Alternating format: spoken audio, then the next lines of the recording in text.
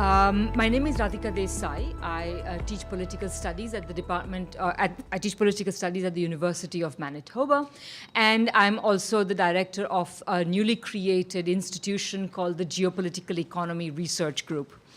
And this present today, what we are doing is we've organized this panel discussion as a kind of preview to a conference that we are holding over the next 3 days, starting tomorrow morning, which will be the inaugural conference of the Geopolitical Economy Research Group. The title of today's talk is Reflections on a Century of Transformation. And what we have to offer before you is not all, but nearly all of our keynote speakers who are going to give longer speeches in the course of the conference on their special themes. But today we have invited them all to give very brief presentations on this theme, reflecting on a century of transformation. And this theme itself relates to the theme of the conference. The theme of the conference, for those of you who are not part of the conference, is from the 30 years crisis, from the 30 years crisis to multipolarity, the geopolitical economy of the 21st century world. So first of all, I'd like to welcome all the conference participants, local people from Winnipeg who have taken the interest to come here today, all our wonderful volunteers who are helping out, our organizing team, our conference committee. Welcome to you all, and thank you very much for being here. I just want to introduce today's panel discussion by reflecting a little bit on the themes of today's panel discussion and the theme of the conference. The idea of having a conference on this theme occurred to me in late 2013, when already at that time people were beginning to discuss the fact that it was soon going to be, the following year was going to be the 100th anniversary of the First World War. And it made me reflect that I'm one of those people who does not regard the First World War as a discrete event. I, like many other people, scholars, regard it as a opening episode of a long-running crisis, what the historian Arno Meyer called the 30 years crisis, the 30 years crisis that lasted from 1914 to 1945. Because we can commemorate a war, and of course we must mourn what happened then and the lives that were lost and all those things. But from a historical point of view, looking back over the last century or so, perhaps it is even more important for us to reflect on the meaning of this crisis. The 30 years crisis was a crisis which was bounded by 2 world wars, with a lot of economic dislocation and a Great Depression in the middle of it. And very importantly, I think it's important to remember that the world that went into the 30 years crisis was very different from the world that emerged out of it. And I think this is the transformation that we are reflecting on, and these sorts of, and the fact that we perhaps might be once again at the cusp of another epochal transformation. The world that went into the 30 years crisis was an imperial world, and the world that came out of it was characterized by decolonization and at least formal independence, which was not a gain that was to be sneezed at in any way. The world that went into it was authoritarian. The one that came out of it was at least liberal democratic, at least in important parts of it, and became more so as time went on. The world that went into it was very elite-dominated. The one that came out of it was much more popular. And finally, the world that went into that crisis had not yet witnessed the opening of a post-capitalist horizon, whereas that world war and that crisis birthed actually existing communism, which, whatever we may say about it, whatever criticisms we may have of it, at least opened up for a very substantial portion of the world's population a post-capitalist vision, something that we may try to aspire to, and some people were in fact working towards, however well or badly they were doing it. And once again, we may say, in fact, there are many ways to see parallels, and I don't just wish to make a kind of foreboding parallel that, intercapitalist competition back then led to a war and crisis, and we may have the same again. But nevertheless, it is fruitful. I mean, rather than imagining that history repeats itself, which it certainly doesn't, let's at least look at how it rhymes, as Mark Twain said we might do. The opening of the 30 Years' crisis launched the end of British supremacy, and perhaps we are witnessing today the end of Western supremacy. Already by 1870, the world had become what we today call multipolar. That is to say, a single pole of the world economy, namely the UK, that its singular dominance over the world economy had already been displaced by a bevy of competitors who had started to compete with British industrial production. So that had already happened. In the course of the 30 Years' crisis, the Soviet Union stabilized itself and arose as an actually existing communism in the Soviet Union, and today what remains of it in China constitute another pole as well. And now we are once again perhaps witnessing the further spread of productive power around the world, and therefore the making of a more multipolar world. So that's another parallel. Of course, there is the inevitable parallel of the Great Depression and the Great Recession.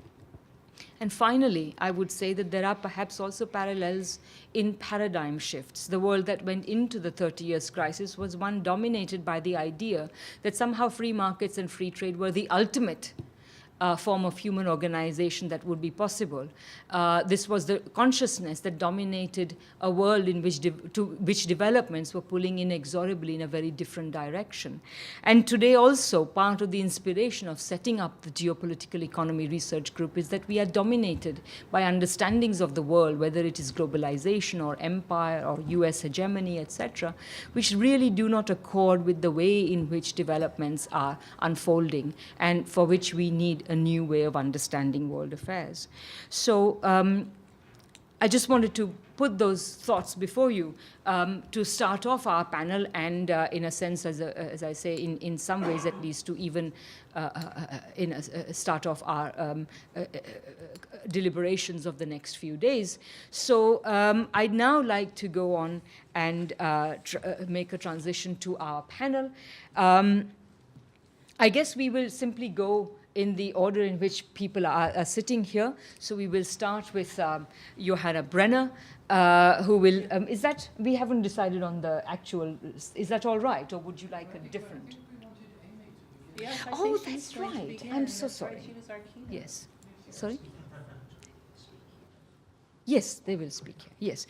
I'm terribly sorry. Yes, we have asked Aimee Kraft to inaugurate this panel discussion. So she will speak first. Aimee Kraft is the director of the National Center for Truth and Reconciliation, and we're very honored to have her here today. Aimee.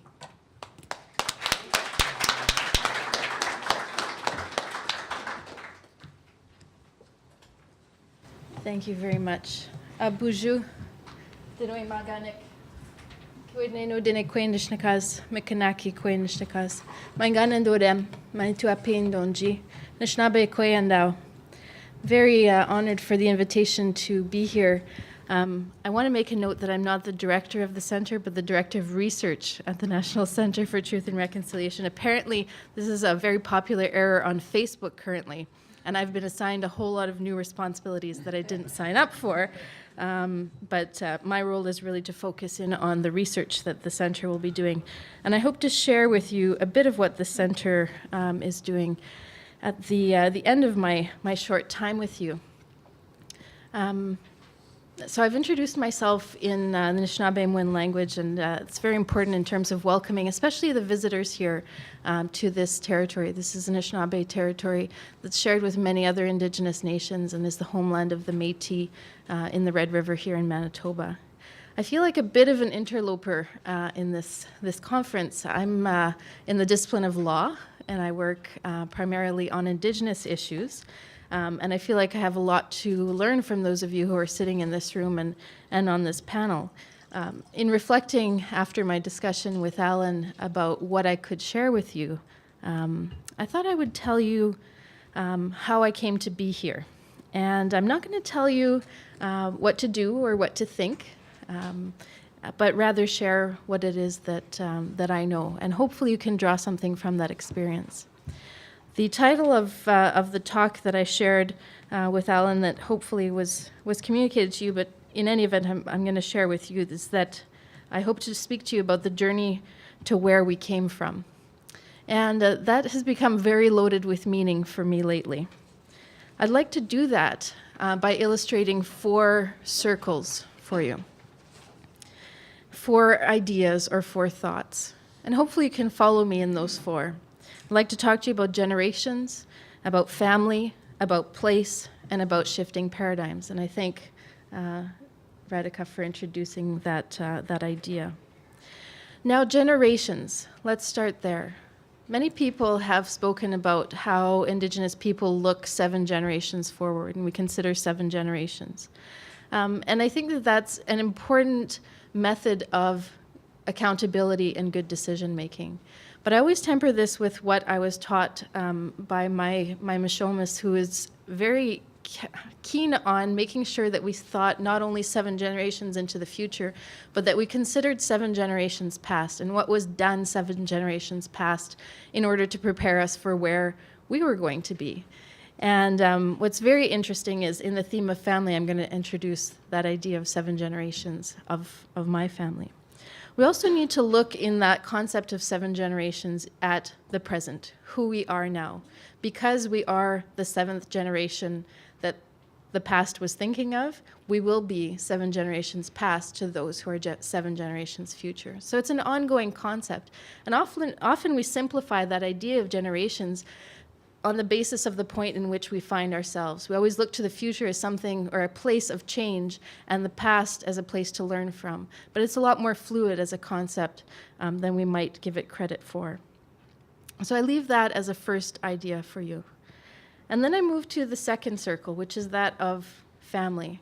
And family broadly defined.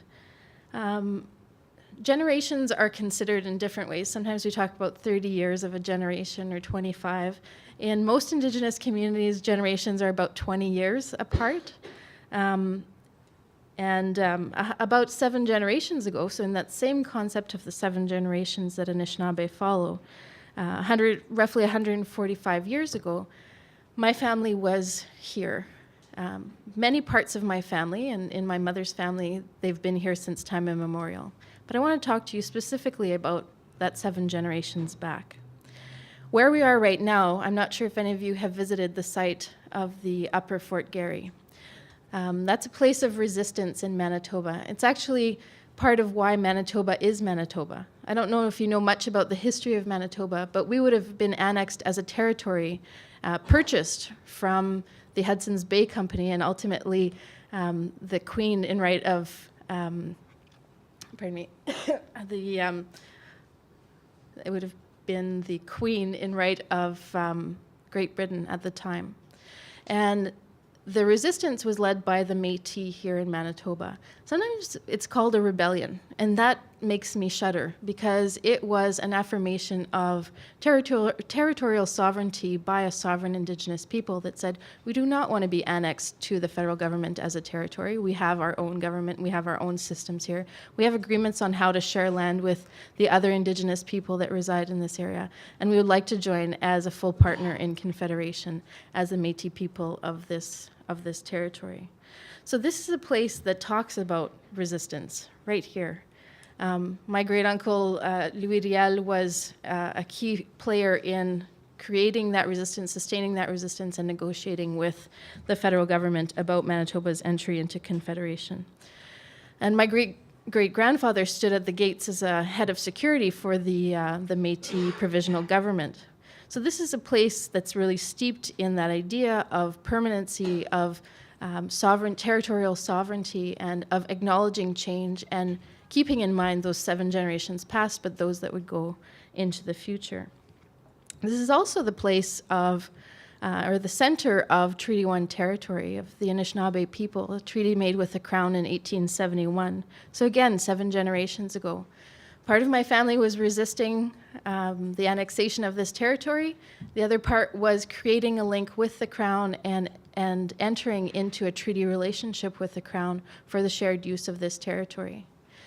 And also, in terms of family, it extends a web of family outside of the resistance or the treaty negotiations to all of those Indigenous people that shared this territory. This is a very rich historical meeting site of trade and political and military alliance right here at the Forks. So if you've had a chance to visit that place, it's actually quite steeped in history, not 7 generations back, but thousands of generations back, right to time immemorial.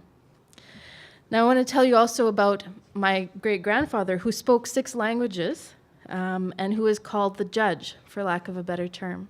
He wasn't a judge, he was a peacemaker. He was a creator of links and bonds. And he made sure that peace was maintained in this territory. And speaking 6 languages often was done because of trade or economic interests, but his was to make sure that trade and economic interests could pursue in a period of relative peace in this territory, and to resolve either small or big conflicts in any way that he could. And when I speak of family, I want to also note that despite efforts of destruction, and I think this story has begun to be better understood, the history of colonialism and assimilation, we are still here. We're still present in the territory and very much feeling connected to this territory. I have to take a moment to laugh at myself because in doing my graduate work, I had to come back and be in this territory, to talk about this territory, to write about this territory. And it was a very humbling and expensive experience to have to travel back here to be able to do that work, but now I'm really thankful for the opportunity to have done that. The third circle I want to talk about is the idea of space, and I've started to introduce to you the physical space that we're in right now with the fort, the Forks, and the idea of being in Treaty 1 territory. Something important that we learn about place and space and family and generations is that every Indigenous nation or every nation's creation story is true, and that we respect and love all of those creation stories. So I want to share with you not the creation story of this place, but the name that this place has.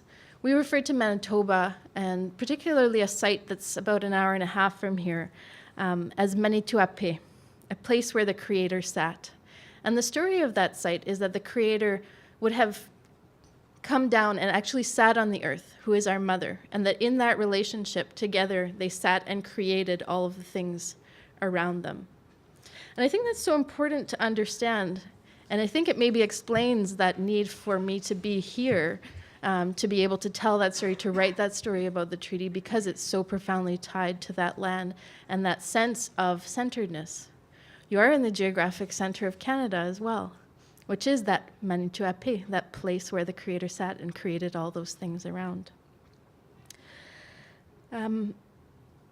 It's also interesting to note that and I reflected on this when I was doing that work, is that there's a record of the Treaty 1 First Nations settling here at the Forks and not wanting to go up to Lower Fort Garry, down the river, because this was the place where treaties were made. This was the place of alliance. This was the place of meeting. This was the place of trade and commerce.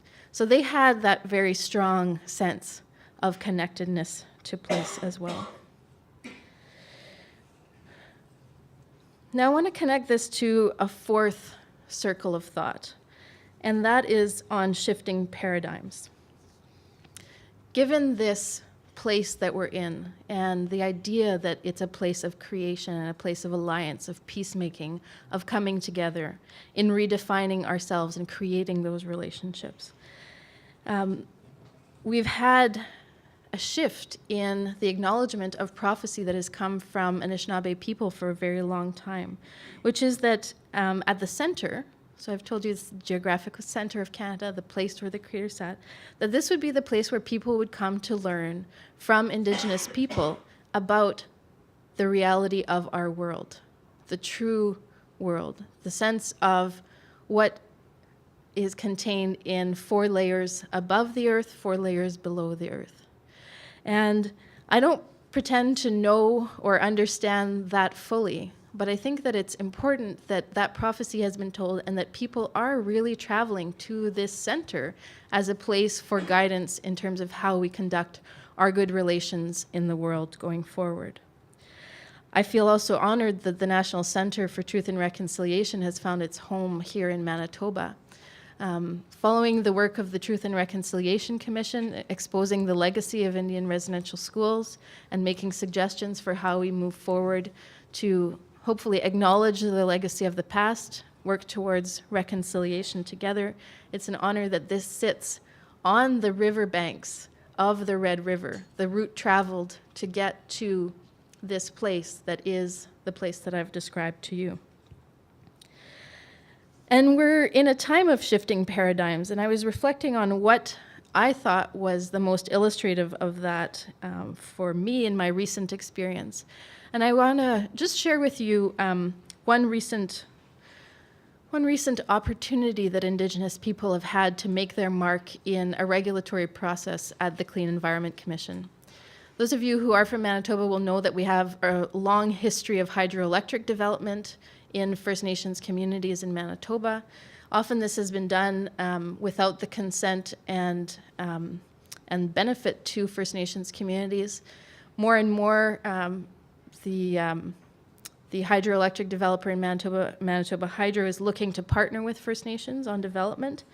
And in considering the Kiosk hydroelectric development, which is a new mega project on the Nelson River in northern Manitoba, the Clean Environment Commission of Manitoba was tasked with doing an environmental assessment hearing to assess environmental impacts. And although ultimately there was a recommendation to grant the license to Hydro to build the dam, this is something that the Clean Environment Commission had to say. And I think it's actually a first in Manitoba on environmental decision making.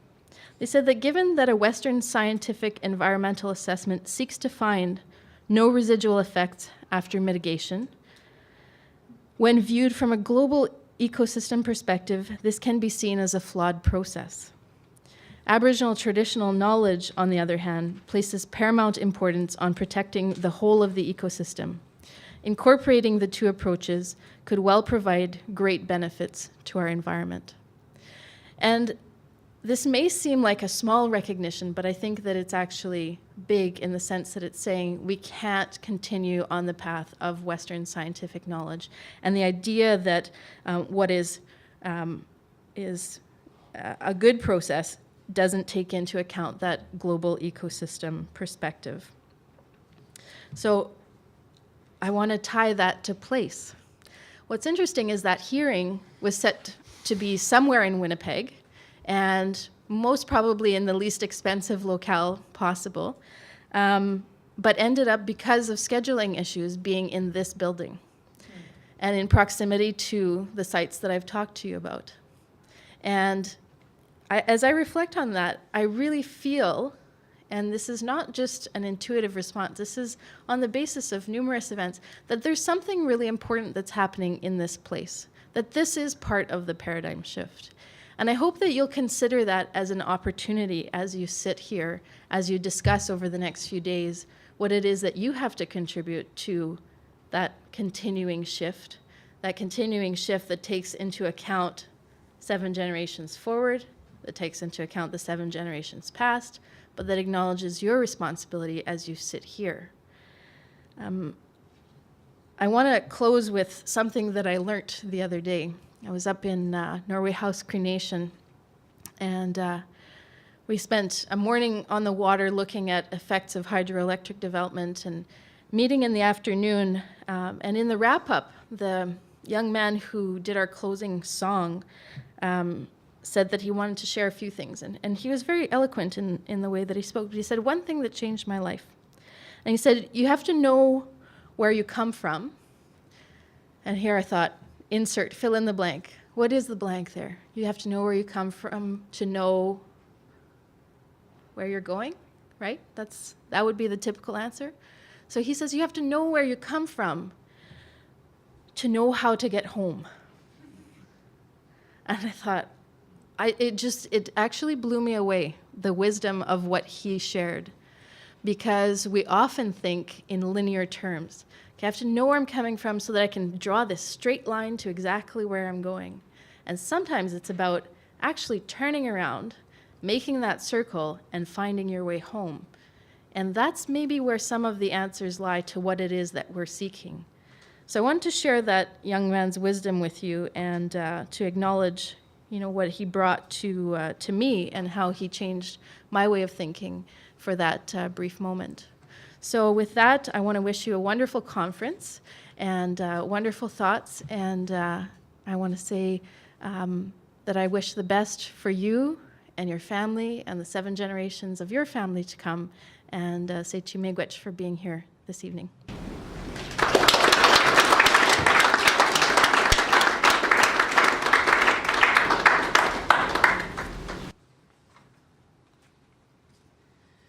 Thank you very much, Aimee, for those remarks and starting us off. And apologies, I forgot earlier what was patently clear to me all day about what we were going to do. So I'm sorry, this is kind of thing that happens. So now we will start the panel discussion, and we will go in the order in which we see the speakers sitting. Each speaker will speak for about 10 to 15 minutes basically on whatever they feel is the important thing that they'd like to draw their attention to. Professor Johanna Brenner, I'll just introduce them now so that I don't have to constantly keep interrupting the speeches. Professor Johanna Brenner is a Professor Emeritus of Sociology and Women's Studies at Portland State University. She's the author, in particular, a favorite book of mine, Women and the Politics of Class. And I consider among major US feminists, her analysis to be some of the most historically interesting and capable of dwelling on how women's movements themselves have changed over time and how they have changed the society around them. Next, by the way, we were going to have Kari Polanyi-Levitt, but she has been ensnared by the airlines, and so she's going to be very late and therefore unable to address us. So next, therefore, we will have Boris Kagarlitsky. Boris Kagarlitsky is a foremost Russian intellectual, and in fact, he has been a leading progressive left intellectual since Soviet days, and we are very honored to have him here as well. As Alan, my partner, likes to say, Boris is one of the few intellectuals we know who were imprisoned both by the Soviets and by the post-communist government. So I think we are very privileged to have him here today. Finally, Professor Prabhat Patnaik is here from the Jawaharlal Nehru University of India in New Delhi. And again, to my mind, he is, I would say, among the very, very few really important critical economists of our time. At the conference, he's going to be speaking about the current capitalist crisis, but I would say that although he has never taught me, just by reading his work over the decades, I think that I've probably learned more from his work than practically anybody else. So I also feel that we're very privileged to have him here. He's also served in a number of important international and national organizations, including the he was vice chairman of the planning board of the Indian state of Kerala from 2006 to 2008, and in 2011, and in 2008 he was part of a 4-member high-power United Nations task force chaired by Joe Stiglitz to recommend reforms of the global financial system. Prabhat's recent insights on money are encapsulated in a very fine work called The Value of Money, which was published a few years ago. So I won't say any more by the way of introduction. I will now simply ask Johanna to make her remarks.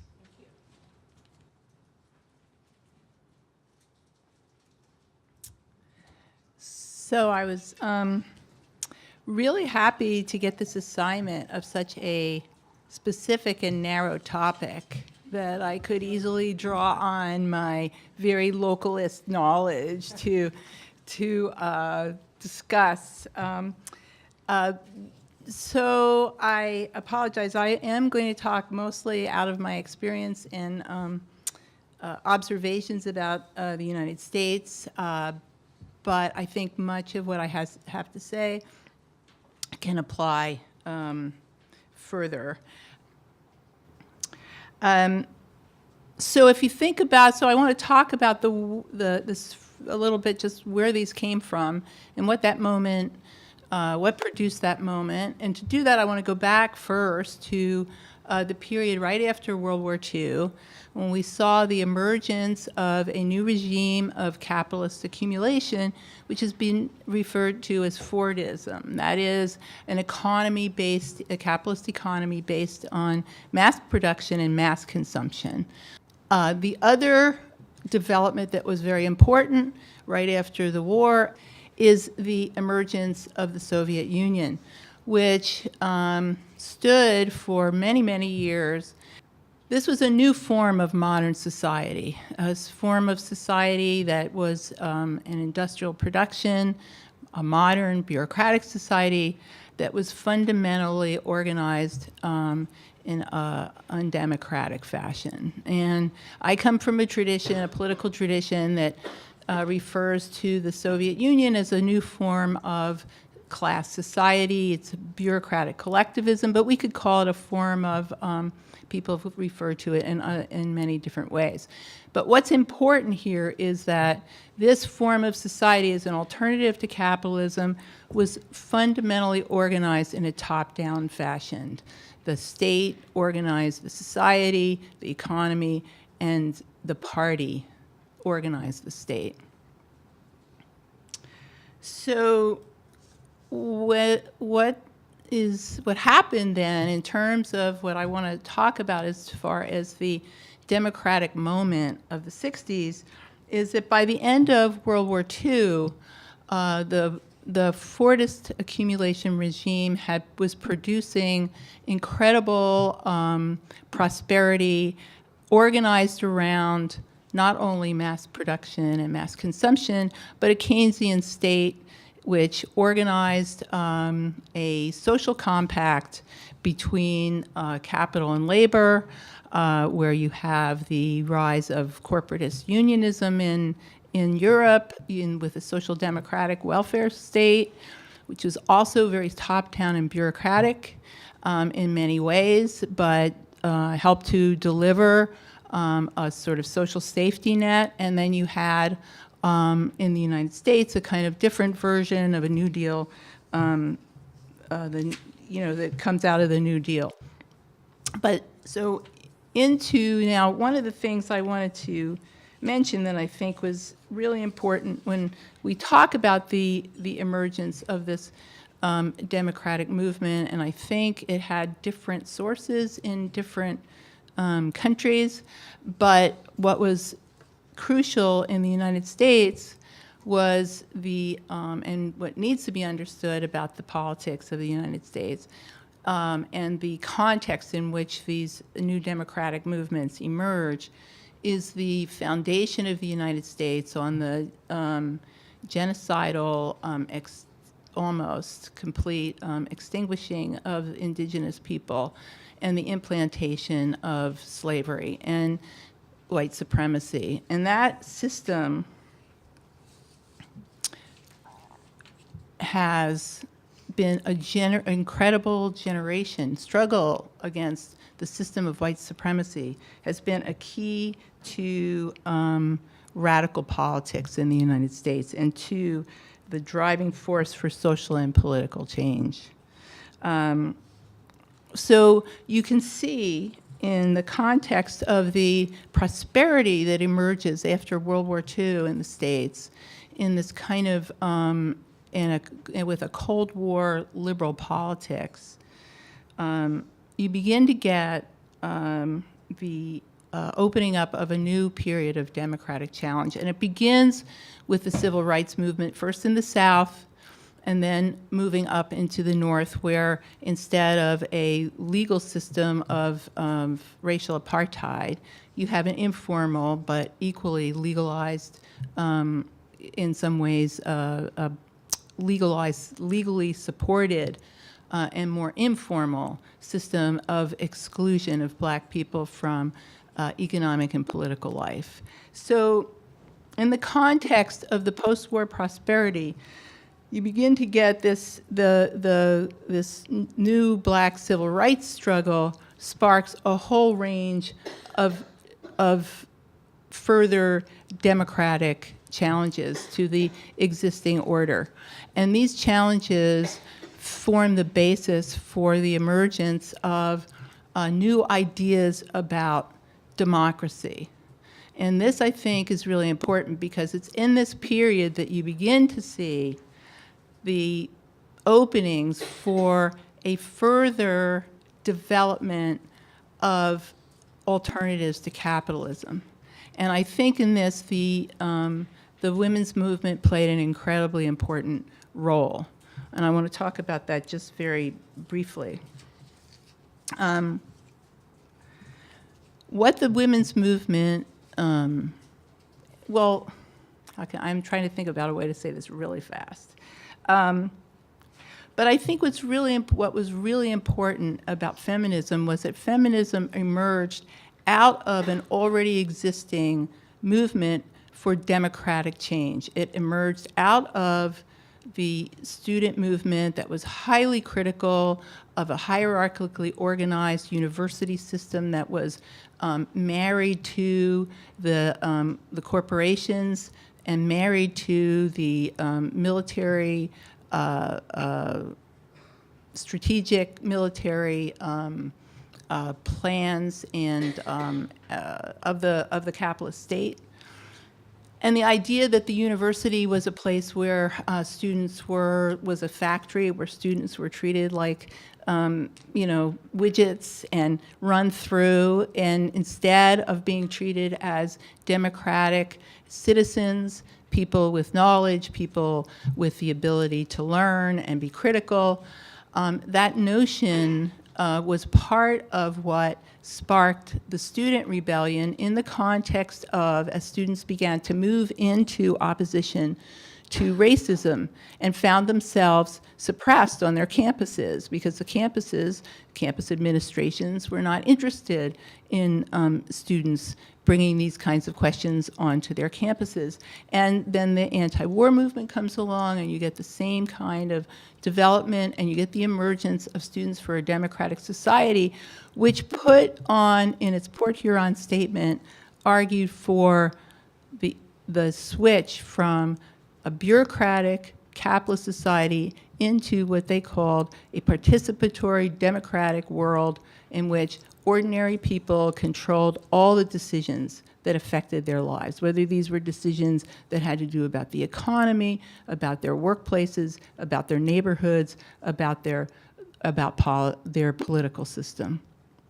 So in the 60s, we see for the first time, I would argue, a real challenge to what had been the communist moment, the moment that the only alternative, the real existing alternative to capitalism was a top-down, bureaucratically organized, hierarchical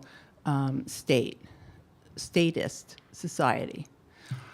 So what happens then? What happens to this democratic movement? I think that, so also you see feminism, of course, begins to not only challenge, as with become part of this participatory democratic movement, but it also begins to challenge the ways in which these movements themselves incorporated many of the same things they were criticizing, right?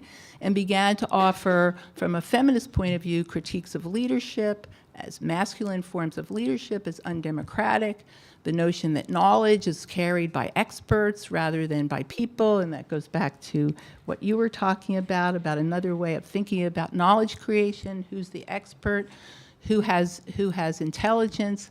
Feminists also challenged, feminism was part of a challenge to not only new ideas about leadership, but new ideas about organization.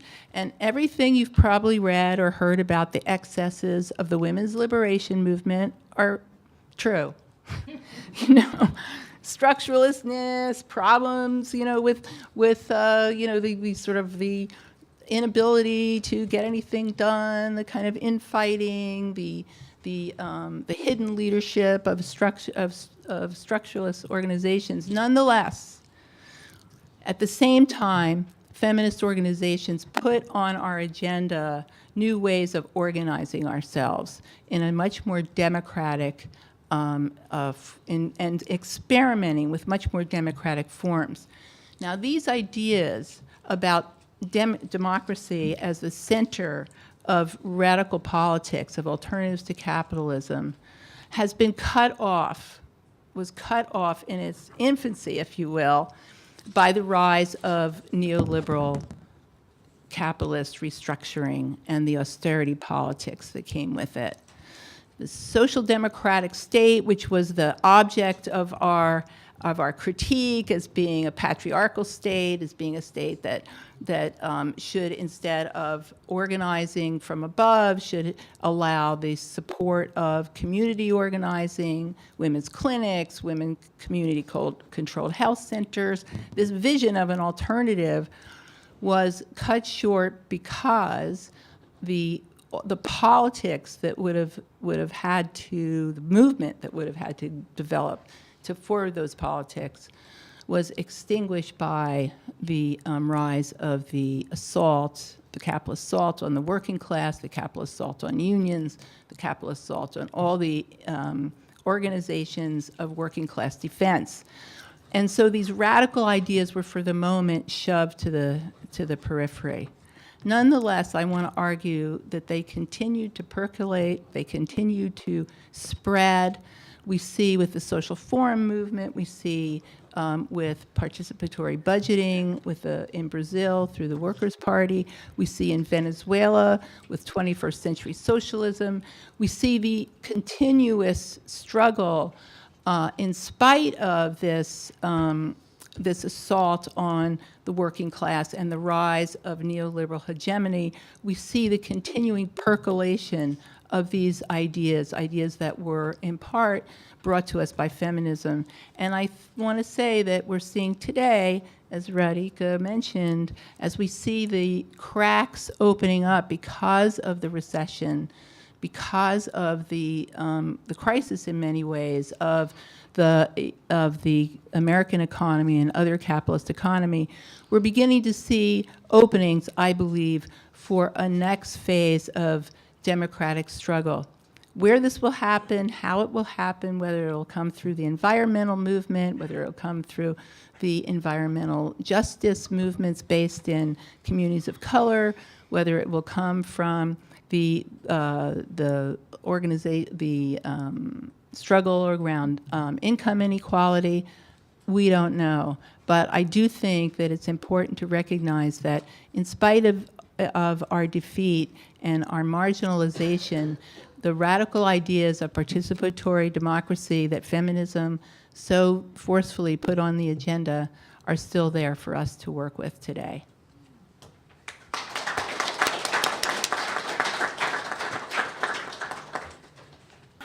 Well, first of all, I have to thank the organizers who made it possible for me to be here. And of course, the topic of 100 years of change, when you hear the title, it presupposes that the change is, I shouldn't say linear, but anyhow it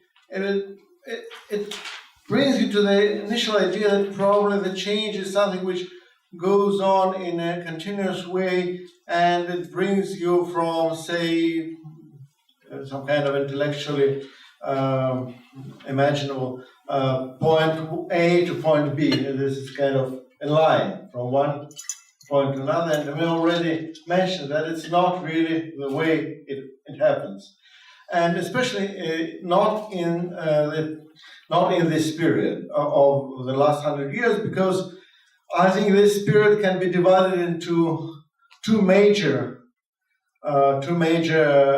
epochs, or two major stages, and they definitely contradict each other, because if we are speaking about the period up to the late 60s, it can be seen as a period of progress in terms of social rights, in terms of democratic rights, and well, we already discussed that yes, there was a very positive movement which involved not only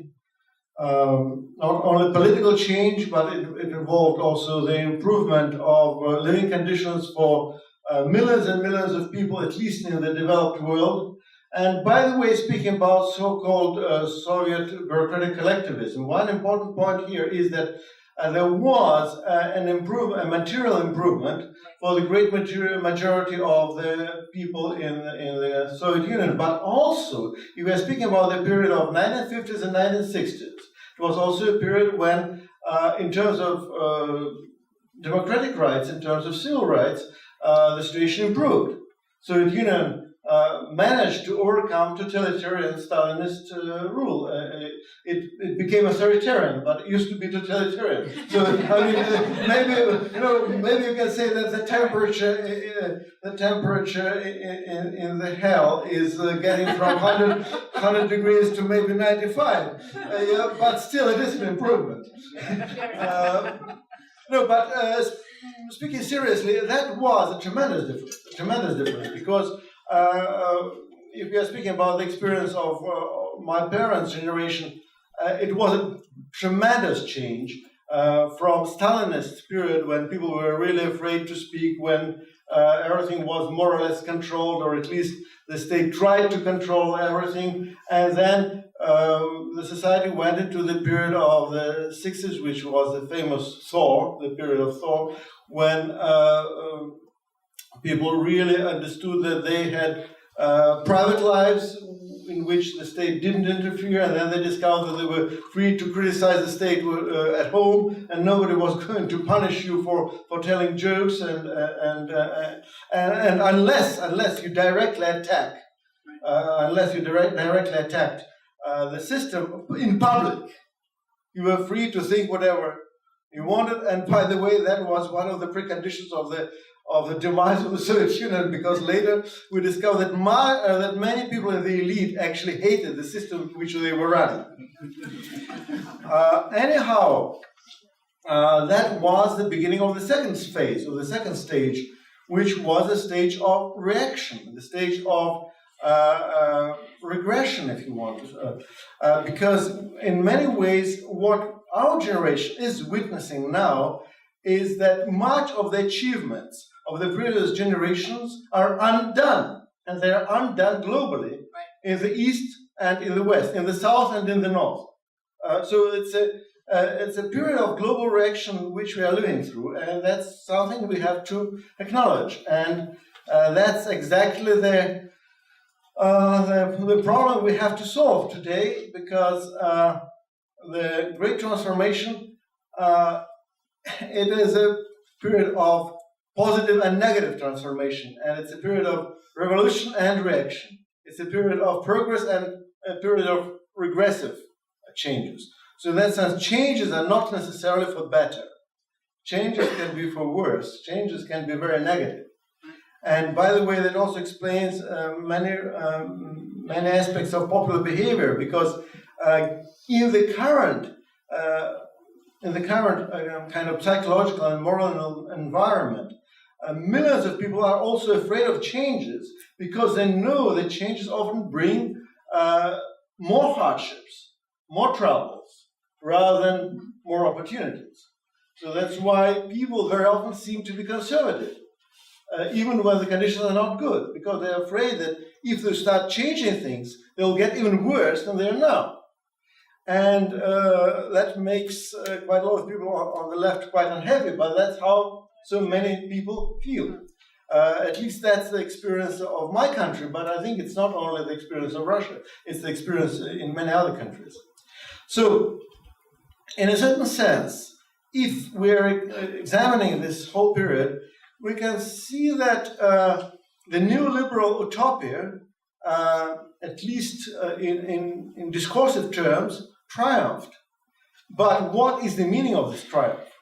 If we are reading the texts of Friedrich von Hayek, this famous The Road to Serfdom, what was the main message? The main message was we have to go to the good old days of classical capitalism, which was exactly the period before the First World War. Great. In a certain sense, we are moving into the same direction. Well, and now what we're getting? We're getting recession, we're getting more class conflicts, we're getting more violence, and we're getting potentially more wars. And that was exactly what classical capitalism was about. So in a certain sense, yes, it did work exactly the way they promised. This famous line in Molière, "Tu l'as voulu, Georges Dandin." That's what you wanted. You've got exactly what you wanted. Maybe it's not what you formulated, but that's the logic of what you wanted. So this return to the so-called free market, of course, it's an utopia, because not only because you cannot return to the classical form of free market as it existed in the 19th century, but to make things worse, it never existed in the first place. So even in the 19th century or early 20th century, it didn't exist the way neoliberal utopian thinkers presented it. So in that sense, the return back to the market is not the actual return to the market. It's more a return to the private interest dominating every institution and every process of decision-making. That's, I think, the nature of neoliberalism. And it's all about destroying collectivized decision-making process, destroying institutions which represent society as a society rather than individuals, and segmenting and fragmenting everything. And in the long run, what does it mean? In the long run, it means destroying the society. Again, Margaret Thatcher was extremely clear on that. She said, there is no such thing as society. And that's exactly the logic of neoliberalism. There are just individuals and private interests and corporations. So where we end up with this, we end up in a disaster, because the society disintegrates, and ironically, capitalist society also disintegrates. It's not only some kind of abstract society, it's a capitalist society which is disintegrating. So one of the ironies of the neoliberal policies and the neoliberal experiment is that it actually did more to undermine capitalist order than any socialists ever did.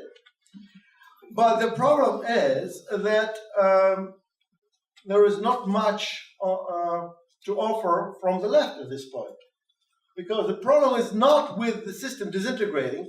Even those people who are quite conservative, they accept the fact that things are not going well, that things are going into the wrong direction. But we're at the point when there is a need for an alternative which combines expertise and mass movements.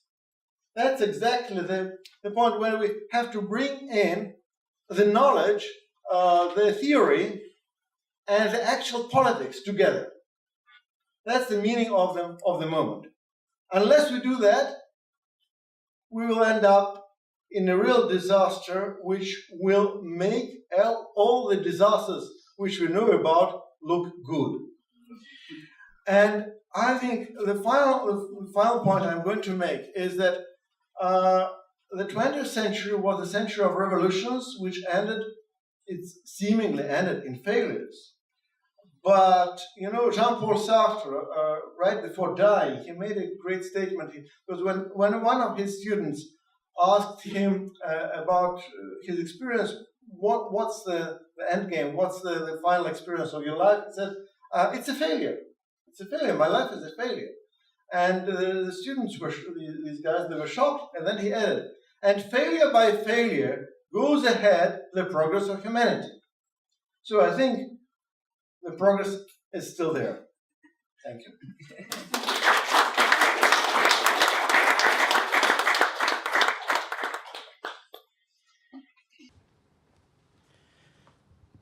I feel greatly honored that I have been asked to be part of this panel and to speak to you.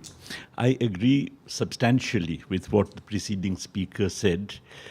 Though instead of saying where I agree, I'd rather give my own speech and then you can work out the points of agreement. But one point on which I certainly would like to say I agree with him is that free market capitalism never existed. It was superimposed on a world of imperialism. And the problem with traditional mainstream orthodox economics is that it completely obliterates from its discourse the existence of imperialism and colonialism. But again, like the preceding speaker, I would like to say that if we are looking at the century, we have to really divide it up into three different phases. One, of course, is the period of crisis that Radhika talked about, the 30-year crisis. But following that, there is a period in which capital appears to be hemmed in by the existence on the one side of the centrally planned economies, socialist economies, on the other side by the third world dirigism, which emerges after decolonization, and also the first world dirigism of Keynesian demand management, which is championed by social democracy, which is on the upswing in the post-Second World War period. But that is something which comes to an end. And of course, the date when it comes to an end is something on which we can differ. It differs depending on your perspective. And with a perspective from the South, it seems to me that somewhere in the 80s, it comes to an end. And of course, you have the triumph of neoliberalism, of the ascendancy of capital, where it rolls back not only the centrally planned economies, but also third world dirigism and even first world dirigism as well. And of course, this is associated with the globalization of capital. I think what is often not recognized is that this third period of ascendancy of capital has actually been associated with a dramatic increase in inequalities worldwide, and what is more, it's also associated with a perpetuation, if not an accentuation of absolute poverty and certainly of absolute hunger. This is something which you don't get even from United Nations documents and so on, but just a few simple statistical facts establish this. If you look, for instance, at the average per capita food grain production, which happened in the world as a whole, cereal production, food grain, take what you like, let's say in the first quinquennium of the 1980s, you compare it with the first quinquennium of this century, you find over this period there is a decline in per capita food grain production. And of course, there is a parallel decline in per capita food grain absorption. Now, all analysis shows that as your real incomes increase, your per capita food grain consumption also increases when you include in it not only what is directly consumed, but also what is indirectly consumed in terms of animal food or processed food and so on. If there is a decline in per capita food grain consumption, and this occurs not only by looking at international statistics, this certainly occurs even in those rapidly growing economies to which capitalism has really spread quite dramatically, like India or China, even China, then it is obvious that something very serious is going on. Now, this, to my mind, is also associated with a change that takes place in the nature of the state.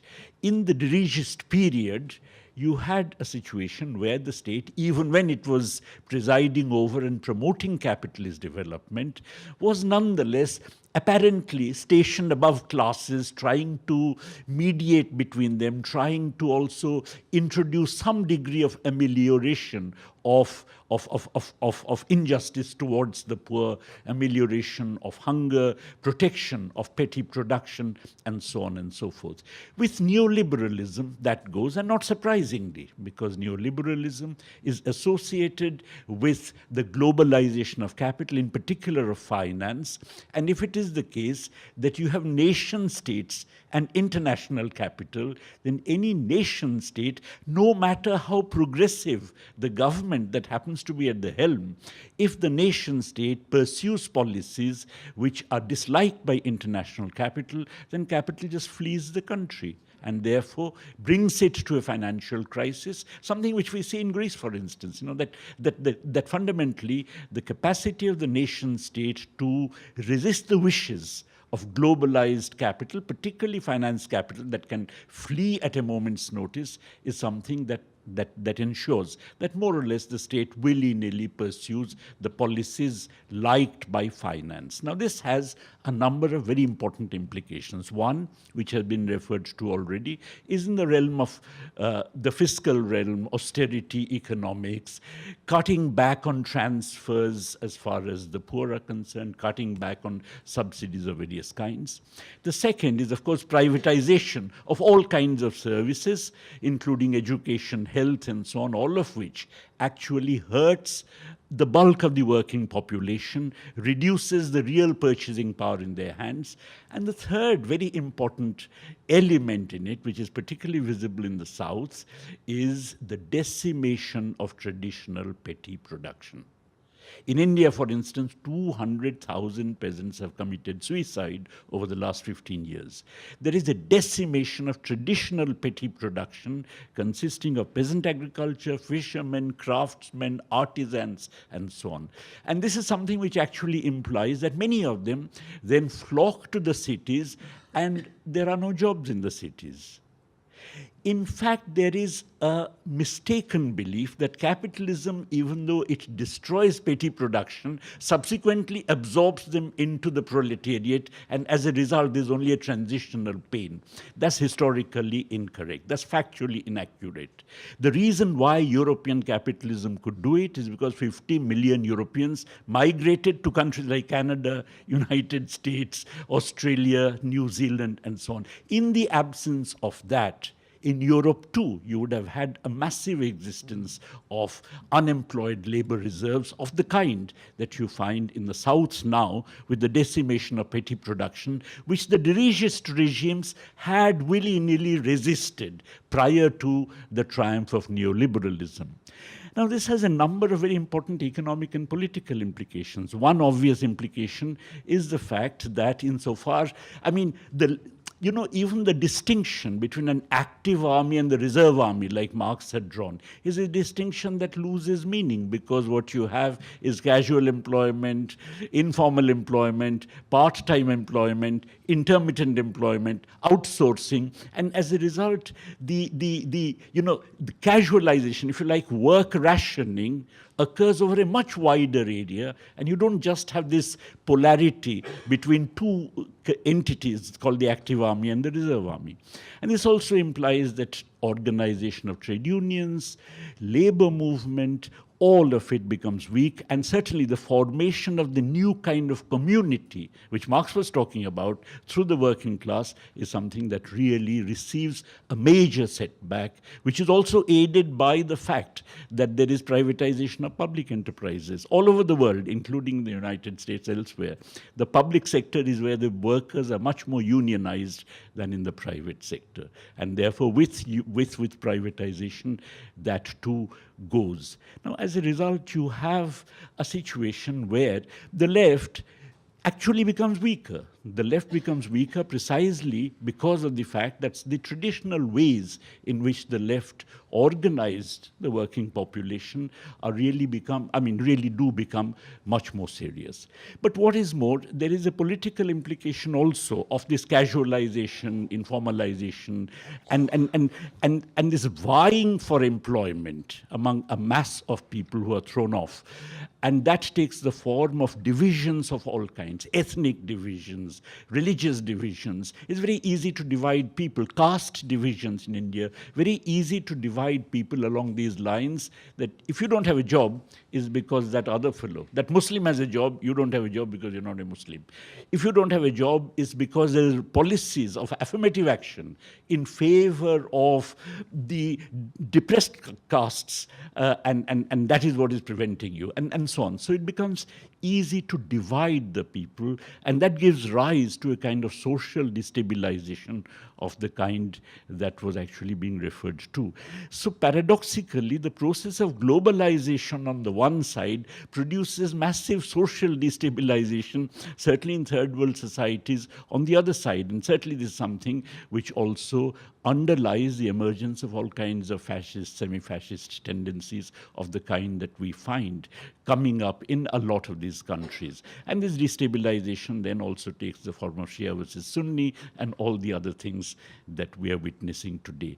Consequently, neoliberalism, while it's certainly true, is actually something which in a sense destroys the legitimacy of capitalism for anyone who's actually thinking of capitalism as a viable system. Also makes it very difficult as far as the agencies of change are concerned, as far as the agents of change are concerned, because if you like, objectively that is the case, but it's very difficult to actually bring about an alternative politics. On the other hand, I also agree with Professor Brenner that we are on the threshold of a new, emergence of a democratic upsurge, because as a reaction to the kind of fascist and semi-fascist tendencies which are now surfacing in large parts of the third world, you would actually have once more the emergence of a democratic politics, and it's very important for the left to actually be a part of it, to understand the process that's going on, and to have appropriate agendas to carry it forward. Thank you.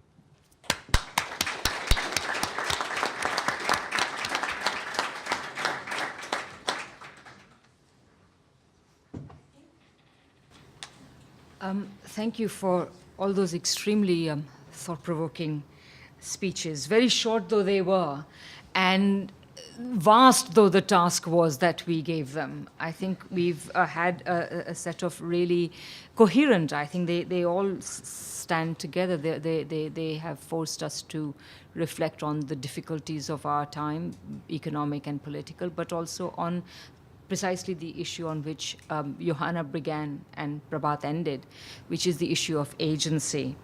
I did my thesis on the British Labour Party, and I remember when I was listening to all these talks, I think it was Boris was speaking, and I suddenly remembered this particular expression which sort of had been buried in my mind for all these years since I finished my thesis, and that was that the Fabians used to say that the important thing that had to be done in order to constitute a viable socialist and Fabian socialist movement was to combine, as they put it back then, brains and numbers. Of course, they were the brains and the working class were the numbers.